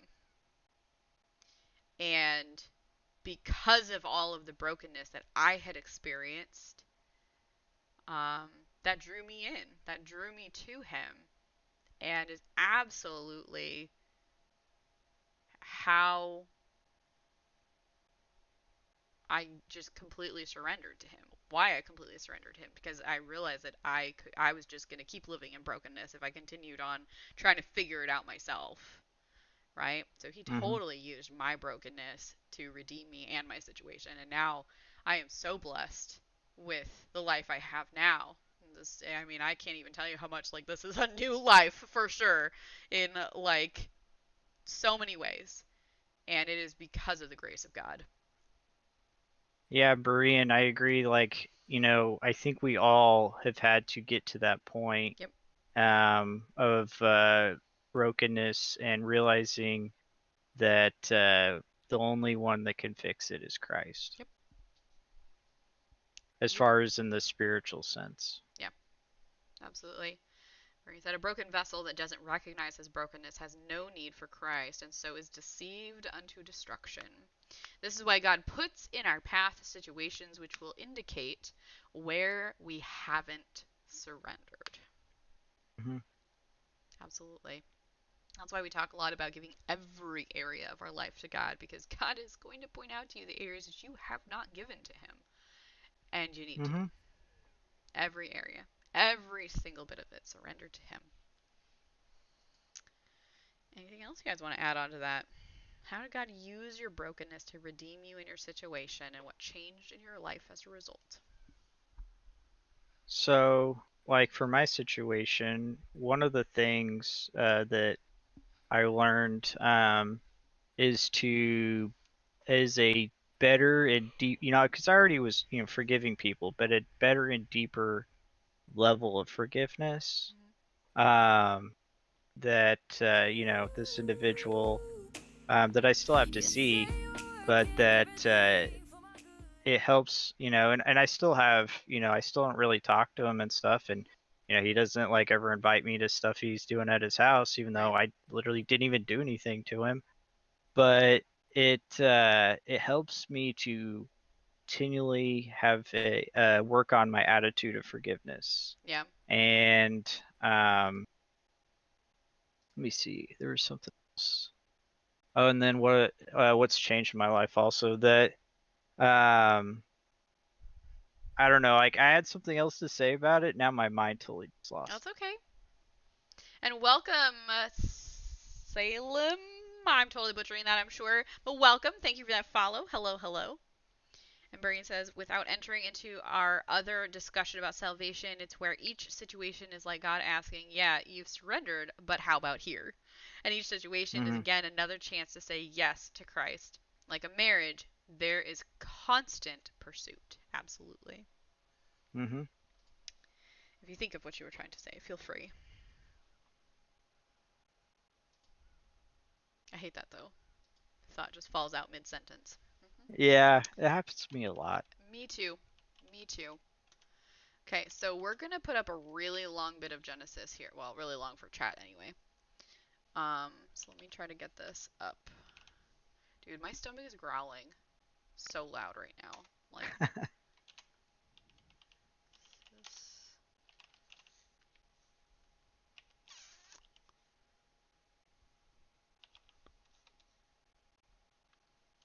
Okay, we're gonna be in Genesis 32 right now, if you haven't noticed that.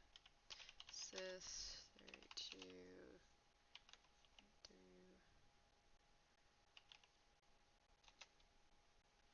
and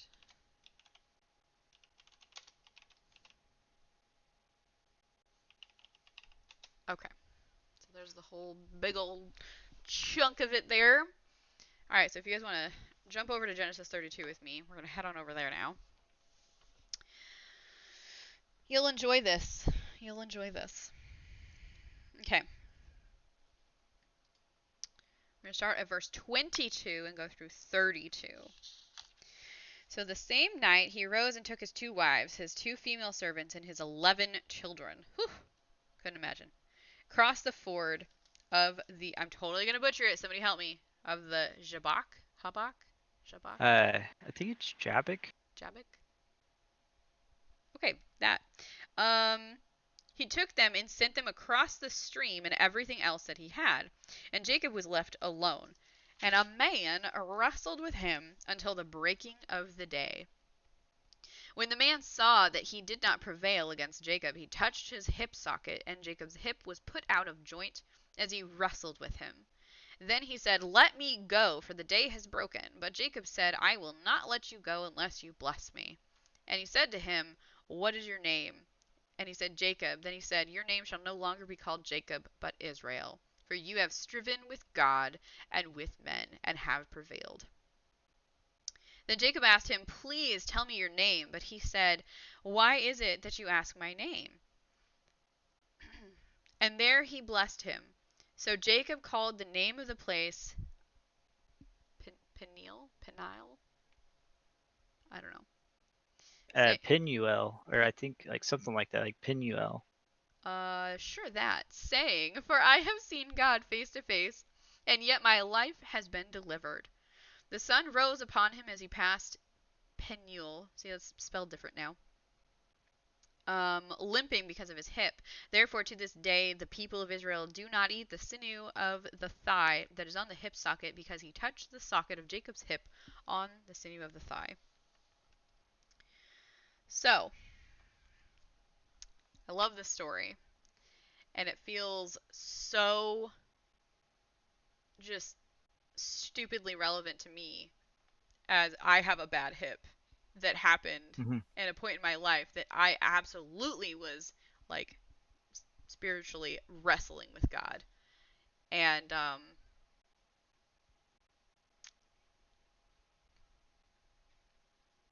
it's funny, whenever that comes up, I'm like, I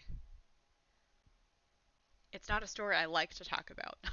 It's not a story I like to talk about, but um, this story in particular is just so interesting for me, and was actually, when I first read this, I was like, oh my gosh, like I relate to this so much.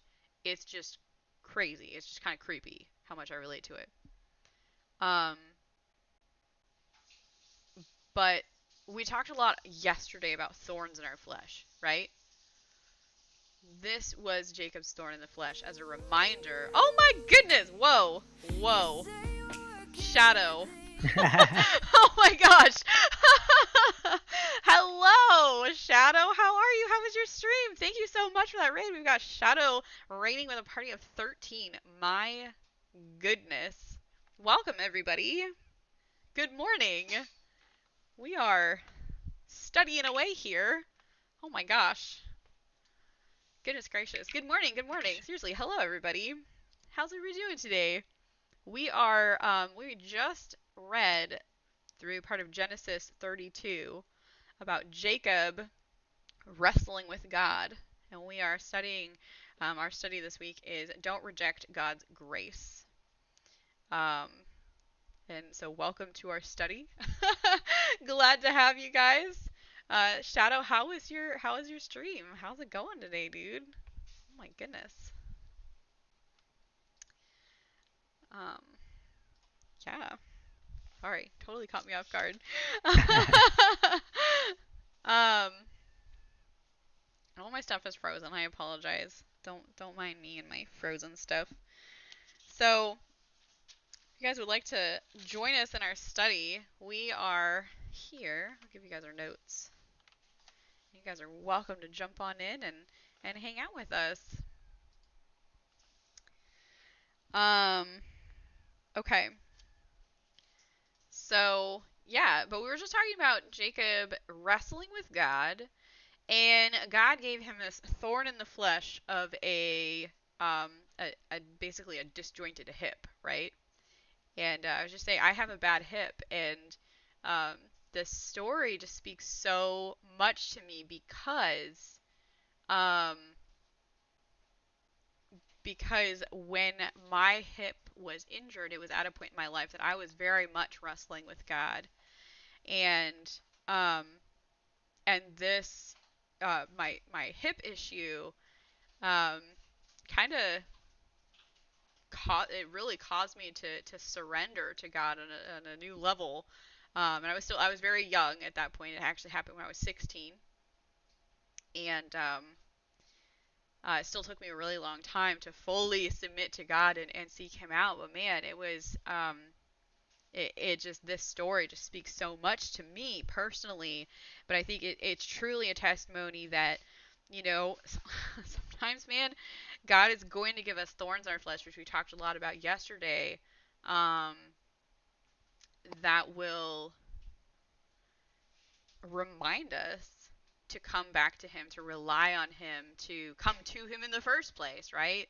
Um, and that's absolutely what this was for Jacob. We're going to talk a little bit more about that. So we'll ask the question here.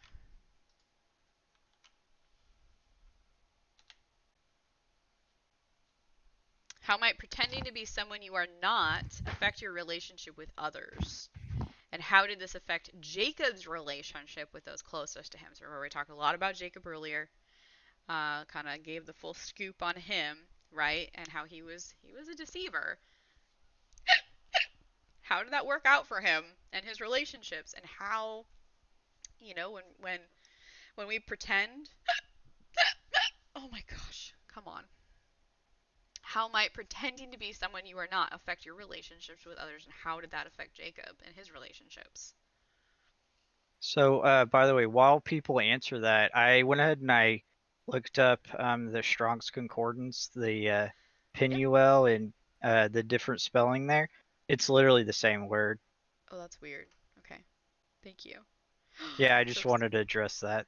did I tell you that I got an exhaustive, like extended edition, whatever Strong's Concordance? Like it's like a big book concordance. I'm so excited.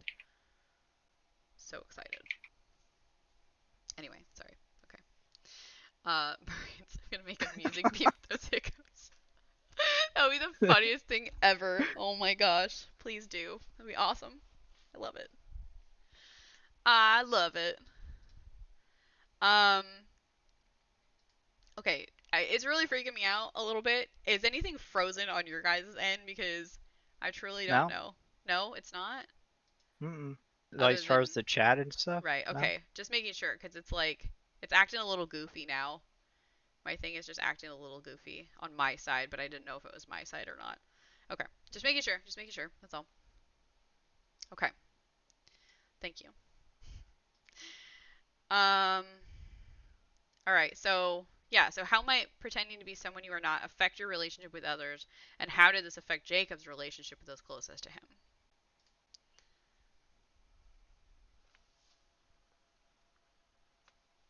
Anybody? Anybody? So I'll give another example from my past. At least the little bits I can remember. So, I mentioned that my parents aren't rich, but they're well off. Mm-hmm. But this is where like I took it to like, a whole new level as far as like what I would tell people. Like I would tell people that, we were much more well off Ah. and than we actually were. And it was binding too that Yes. I had to try to live up to that and obviously I couldn't because Right. we didn't have the money to be able to do that. And let's see. I'm trying to make sure I answer the question. You're good. And the way it affects your relationship with other people is you become very untrustworthy. Yeah. Because then people catch you in your deception, they catch you in your lies, and they may even begin to question, well, what other areas has this person been deceptive? Right. Absolutely. Absolutely. Brian says pretending to be someone else can create illusions where even the liar believes his lies. Since truth sets us free, the liar would be enslaved, and it shows in Jacob's relationship with Esau when they met again decades later. Jacob was in constant fear of his brother should they meet Hmm. again. Yeah, absolutely. Yeah, your in your comment there. Um, my mother, my mother, we do not have a great relationship. It's getting better now that I'm older and close to God. Um, it's getting easier to have a relationship with my mother, but my mother and I, she is a chronic liar. But she believes her lies. And isn't the typical, child parent relationship where you just don't believe anything your parent says. No, it's like flat out like Hmm. bad stuff, right? Like to the point that like I've told you guys a bit, like it was it was not a healthy home that I was in growing up. Um, and there were so many times in my life growing up that she did something or said something that was absolutely not true, and she to this day she is fake as could be. I love her. She's my mother. I love her, but she is fake as could be, um, and puts on a facade to everybody, everybody, trying to act like she has it all together, like she can afford whatever she wants, um, and just all these different things to the point that she would manipulate uh, her relationships with men, and she has been married and divorced many, many, many times. And as soon as they found out what she was really like and all the truth that she'd been covering up, oh boy, oh boy, it was bad every time, every time. No, she's not watching, but I'm very honest with her about what I think and what I observe and what I believe and all of that. But no, she's not in any way, shape, or form connected with our community. Um, and I love her, but she in pretending to be somebody that she's not, like her entire life, she's destroyed every relationship that she has ever had. Because eventually people find out the truth and they find out that they've been deceived and they've been lied to, right? Um, but she believes the lies that she tells. She tells them so much that she starts to believe it.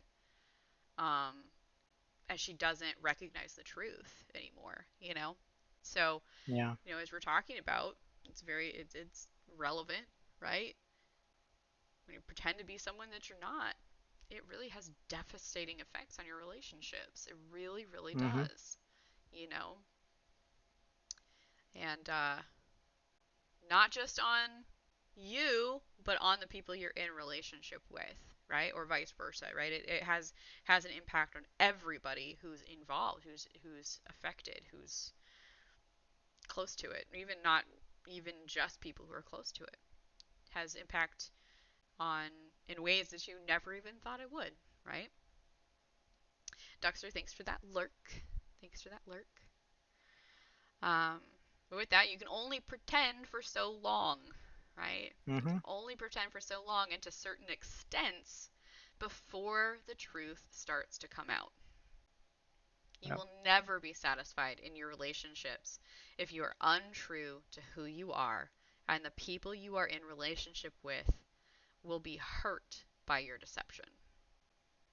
Just like if you've ever been deceived, it hurts. It hurts. Jacob's deception led to most people being extremely angry at him, even to the point he was chased down multiple times with the intent to kill. Like, he was chased down multiple times with the intention to kill him. That's how upset he made people with his deception. Camera's tripping out here. That's how angry he made them. And that's absolutely pretty accurate for nowadays too. People get flat out angry and lose their minds when they find out that people have been deceiving them. It can be very, very dangerous and devastating. So, why did God engage Jacob in a wrestling match at this particular juncture in Jacob's life? Why did God injure Jacob? Bernie says, so this is a bit interesting. Years ago, I was playing Second Life, and I had a tune to represent myself, and a lot of people knew me and my faith, but I wanted to prove a point, so I created a female tune, got a voice modulator for free, and pretended to be someone else. Gave her a backstory and everything. The point was to show the different approach Christians had with fellow Christians versus non-Christians, which was very abrasive. While it was a noble cause, the lie felt pretty bad. Yeah, yeah. I see where you're going with that. But absolutely. Man, I'd feel dirty. I have a weird thing. I can't even create a guy character in games. Like, I cannot play a dude because I'm not a dude. Like, I don't like that in itself just feels deceptive to me. I can't do it, right? I've created a couple and Mm. I'm like I just have to delete it. Like, I can't even I just can't. I don't know. It's just so weird. It just feels deceptive to me. I don't know. Yeah, I understand. You know? And so like before I came to Christ, I shared some stuff earlier. Like Hmm. I was one of those people that was a chronic liar Yeah. to try to get people to accept me. Yeah. And speaking from that experience, I can tell you a person that is a quote unquote good liar, so to speak, is one that first deceives themselves. Yes. They have to deceive themselves in believing the lies in order to make it um, better in Yeah. some sense, or make it more deceptive Yeah. More and more believable. more believable. Thank you. Yeah. Yeah. And um, but it truth will always catch up with the lie and defeat it every time. Yes. Absolutely. God says, and I can pull up the verse in a sec if you want, but Sure. in His Word He says, "Be sure your sin will find you out." Oh, yeah. Every time. Every time. Right? Absolutely. Hallowed Foxman, welcome. Hello. Thanks for that follow, dude. Thanks so much for that follow. Brian says, so if I may ask something which might be slightly off topic, what do you think about the actor's career? Is that a form of lying? So I actually grew up in theater. So that's a bit actually personal for me. Um, I believe that while it can be a form of art, the danger happens in a couple of ways. When you lose yourself in the Mm-hmm. character you're playing, that's danger. When you also forget that that's an actor, not real life, that's danger, right? Yeah. Now, with that said, we need to be able to discern the difference between fantasy and reality, right? Made up and real. Um, and we also need to be able to discern the difference between accurate historical depictions and inaccurate. You see what I'm saying? So there's also, of course, the line of, and I feel like that's I don't feel like that's actually off topic, by the way, which is why I'm going into more detail there. Um, I also believe that if you are a Christian who is also an actor, you are a Christian and you enjoy acting and performances, whatever, right? That it should be honoring and glorifying to God, just like the entertainment that we consume should be honoring and Yep. glorifying to God, right? If you choose Yep. to be an actor, um, then your roles need to honor and glorify God as well, and the storyline and all of that, right? Um, and you need to make sure you're not losing yourself in that role. One of the reasons I don't do theater anymore, I miss it. I loved it. It was a huge part of my life growing up. I had actually earned scholarships to go to school for acting. Like, and that's not a bragging. That's just like I lost myself. 110%. Mm. I lost myself in it, and I was good at it. I was. And again, that's not me boasting. That was danger, and that is why I Yeah. don't anymore. You know. I've thought Yeah. about it. I've prayed about it. I even auditioned a couple of times in my adult life. But I know that there's a line there. And I know for me, I will lose myself in that because I did completely lose myself. And that was why I loved to do it, because I could just lose myself in being somebody else and not be Mm-hmm. myself for that time. Yeah. Right? A couple points that I have. You talk about losing yourself. I just can't help but continually think of Jim Carrey as an example. Okay, that because he has come out and said that Jim Carrey himself is just a character too. That he no Yeah. longer like he doesn't consider himself as existing. That he has fallen into the satanic lie that all is God, so to speak. That everything that exists is God, and that that it all will be sucked back together at some point, and that's an extremely deceptive satanic lie. And he's lost himself, and unfortunately I don't know if he'll ever come back, but I try to pray for him every now and then. And it's sad. And then I had another point. And then as far as the Christian actors go, that there's a good Christian actor that I like, and he's also a producer too, with PureFlix. But he has stated that I've watched, like, he's never on set ever kissed another woman. Yeah. Like when he's playing another character, playing a Yep. character, like even though he'll have a wife, they'll hug and stuff, but he will never kiss another actress. Yep. Yep. And see, that's a big part of it. So, and super relevant. I feel like as off topic as that may have felt, no, I feel like that's a very, very relevant question. Yeah, it's a real Um, life scenario. yeah, absolutely, absolutely. Um, so for actors, is it impossible for an actor to be a Christian and, you know, be biblical about it, right? Like, yes, it is, as long as you uphold the standards that we're Hmm. held to, right? Like, you uphold that, you stick to your faith, and you do not lose yourself in that role, um, and you continue to honor and glorify God in that role, right? Hmm. And you're not doing something totally unbiblical or in something that is totally unbiblical, right? Or dishonoring to God, all wrapped up together, right? Absolutely. And welcome. Hello. Welcome. Absolutely. Absolutely. And so a lot of the conversation that we're talking about right now, the study that we're on, has a lot to do today with pretending to be who we're not. Right? And so we just had a specific question come up about actors. Um, but as a whole, absolutely, people will lose themselves in a lot of different ways, Yeah. and place their identity in a lot of different things, um, and fail to recognize or remember that our identity is not found in things. It's not found in anything of this world, and that's dangerous when we do that. You know. Yeah.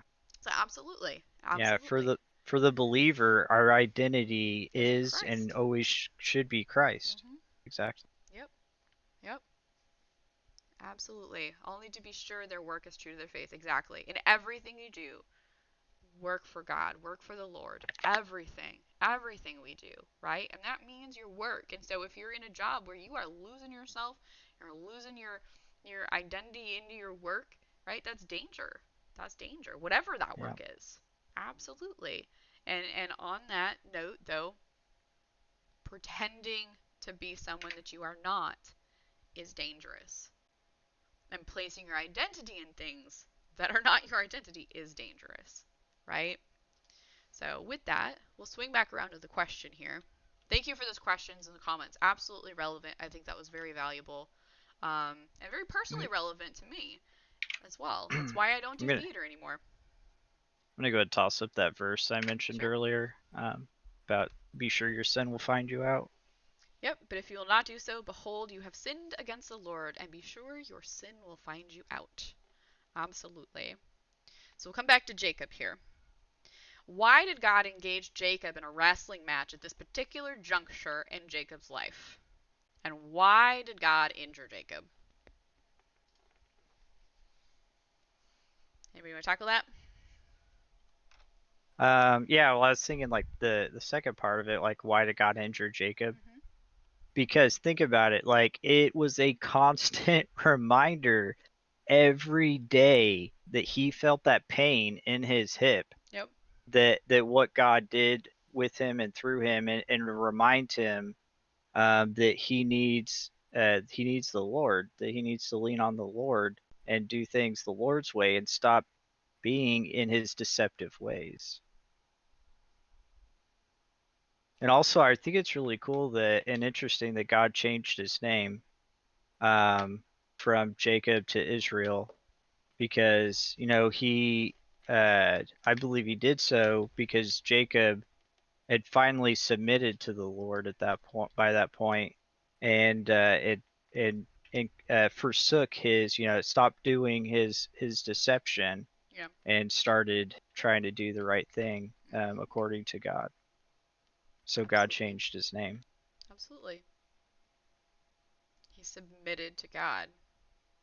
He surrendered to God finally. Finally, right? Yeah. Sounds familiar. Yeah. Okay.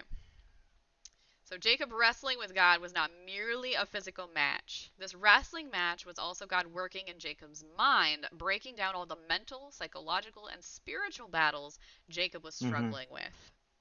God engaged Jacob at this point to help him see his errors and present him with a choice to submit to God and change his ways, or to continue down the path of deception and destruction. Once Jacob began to surrender, God gave him a permanent, humbling reminder to remain faithful to God, Yeah. as he will often do for us as well, right? Okay. So in the bit that we read here, it talks about how, the man, being God, could not subdue him. Do you really think God could not overcome Jacob? And depending on your answer, why then did God allow the wrestling match to go on so long? So, uh, yeah, obviously God definitely could have very easily destroyed Jacob and Yes. completely wiped him out. I mean, all he had to do is stop speaking his molecules into existence, but that he let it go on because he was working in Jacob. He Hmm. didn't want to break Jacob's free will. He was working in ways that Jacob knew and understood, and getting him to the point that of realizing his behavior was wrong, and Hmm. to do what the Lord wanted him to do and submit. Exactly. Exactly. Anybody else want to take a stab at that?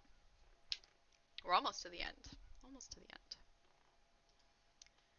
Do you really think God could not overcome Jacob? Why then did God allow the wrestling match to go on so long? Anything else anybody wants to add? I feel like I've unintentionally sped up a little bit here. I'm sorry if I haven't given you guys enough time to type out your answers.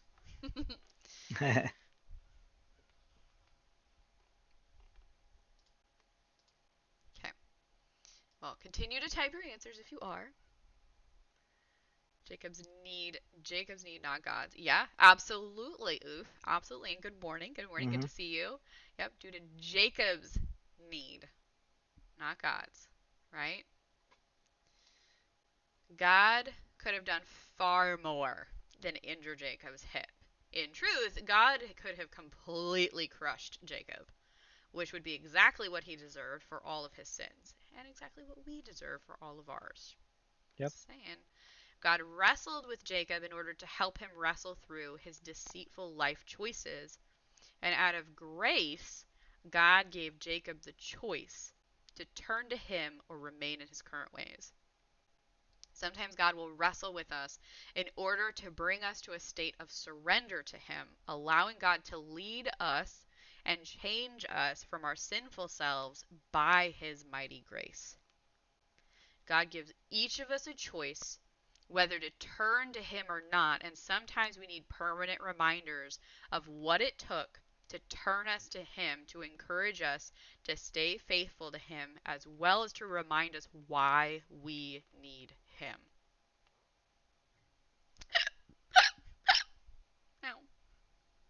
Right? Again, we talked a lot about Hmm. thorns in the side yesterday. I know I've got a few, and boy, do I need them. They are very humbling. That's exactly what this was for Jacob. Hmm. We need that sometimes. Okay. Yeah, I mean, without those reminders, we will stray every time. Yeah.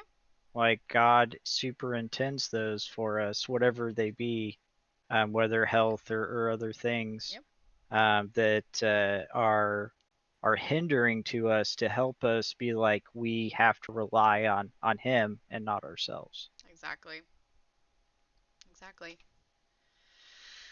So, how did this encounter change Jacob's view of himself? How did it change his relationship with God?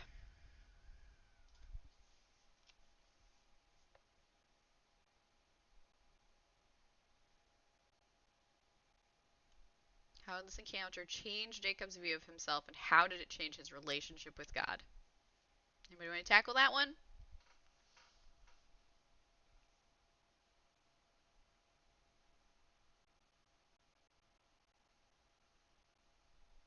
Chirp, chirp, chirp, chirp, chirp, chirp. Trying to see if anyone's gonna type. That's okay. Go ahead. Okay. They can keep typing. Yeah. So how did this change Jacob's view of himself? He like his name, like I mentioned before, I mean God changed his name.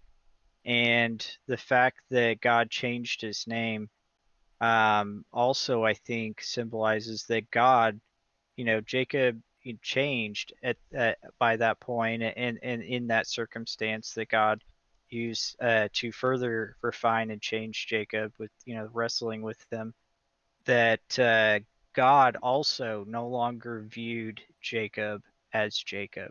Yep. He gave him a new name Yep. because now he is Israel, and that's important for us to know too, because when you're saved, God removes our sin as far from us as the east is from the west. They never touch each other, by the way. And you think about that, so God no longer views us as our fleshly sinful self, but he views us as he views Jesus as his own son. Yep. Yeah, we're seen by God through the lens of Jesus' Mm, blood. yeah, You know? Absolutely. Absolutely.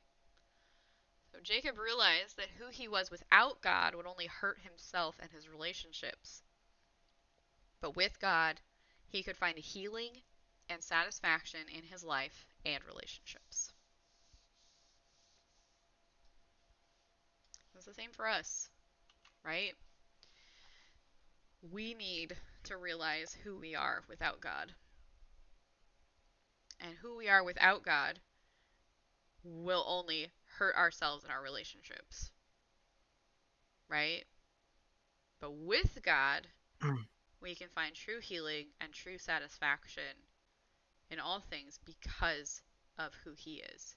And we can find true satisfaction in our relationships because of who He is, because of His grace that He has poured out for yeah, us who do not deserve it in any way, shape, or form, right?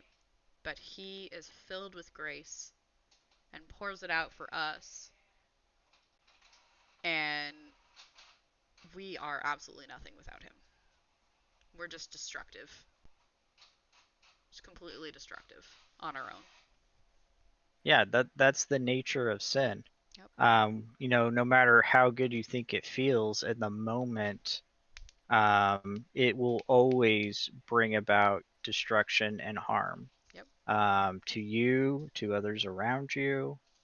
Um, Even can be echoed, passed on. Others, your children, for instance, see and they start imitating you, and it spreads like a virus.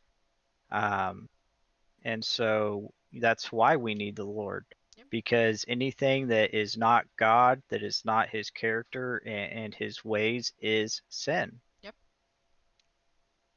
Absolutely. Absolutely. Okay. Last couple of questions, guys. How can you strive to be more authentic in your relationships this week? How can you strive to be more authentic in your relationships this week? Talked a lot about, you know, the dangers of pretending to be something you're not. And I think it's a good reminder that so often we do it without even realizing we're doing it, right? Yep. Yep. And being aware of that, I'd say being intentional about being real is something we Mhm. all need to focus on more, right? Yep. Exactly, Shayla. Just be yourself. Intentionally be yourself, right? Mhm. Intentionally be yourself. Yeah, not looking what other, believers are doing, Yeah, and how God has brought them along, but to to do what He has called you to do, to be and to reflect the character of Christ, and continually to be refined that way, and to be set free by the truth, which is Christ, His word. exactly. Absolutely. Absolutely. And Trent says, be good and true. Yes, according to God's definitions, right? I think that's actually a valid point too, is defining everything based off of God's definition, right? Being Yes. true to yourself as God defines you, right? Yep. Johnny says, be honest, absolutely. And Ukulele says, admit mistakes and declare flaws, absolutely. Yeah. Absolutely.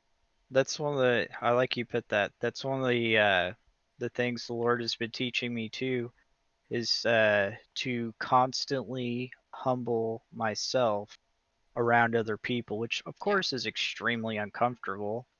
But if I live in that kind of attitude, then it allows for God to exalt me in His way and His time. yep, absolutely, man.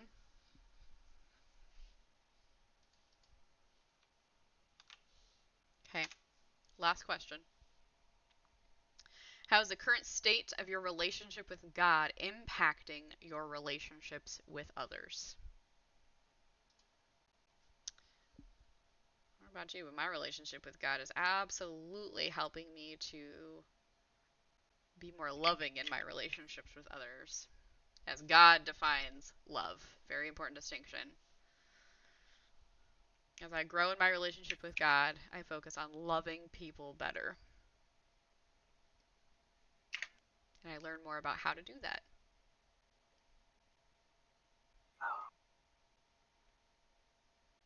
I feel like that's a good one to kind of leave with you. Yeah, I got Take a verse for that too. take with you. I knew you would. Take with you as you go. If you would like to answer, please feel free to do so. Absolutely. Never want to discourage anybody from answering those questions as they would like to.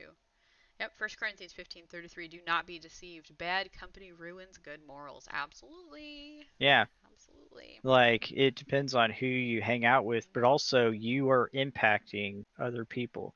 If you are the bad company, if you are behaving in a way that's not honoring to God, it also will impact other people around you.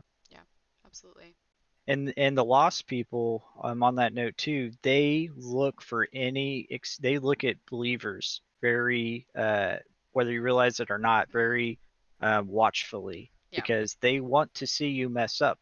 Because if they see you mess up, they then give themselves an excuse that, well, that's not real, so I don't have to abide by it. They want any excuse they can get to not follow. yep. Johnny says, I don't like engaging with people who would encourage distasteful conversation. Yeah. I actually love to step into those conversations and clean them up. I will admit that I've kind of learned how to do that in some ways. Not every circumstance by any means, but like sometimes,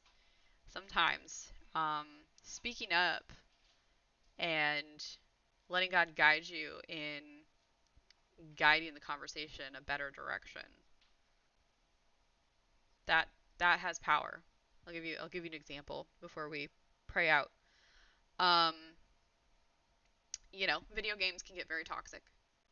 There's a guild that I'm in, ESO, and the guild master. I've been in his guild. He used to run three of them, and every single one of them just was toxic. Was just vulgar. Was just, oh my goodness gracious, the things they would talk about. To the point I finally just said, you know what? I need to leave. But I messaged the guildmaster and I said, I'm sad to leave. You know, we were friends. It's like, I've liked being in your guild, but I can't stay and be around the vulgarity. I can't do it. And I don't want to, like come off as judging or, being mean. And I certainly don't want to like make anybody uncomfortable, but I'm uncomfortable and I need to remove myself. I was very respectful and I was very honest.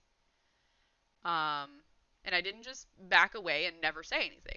I was very honest with him about why I was leaving.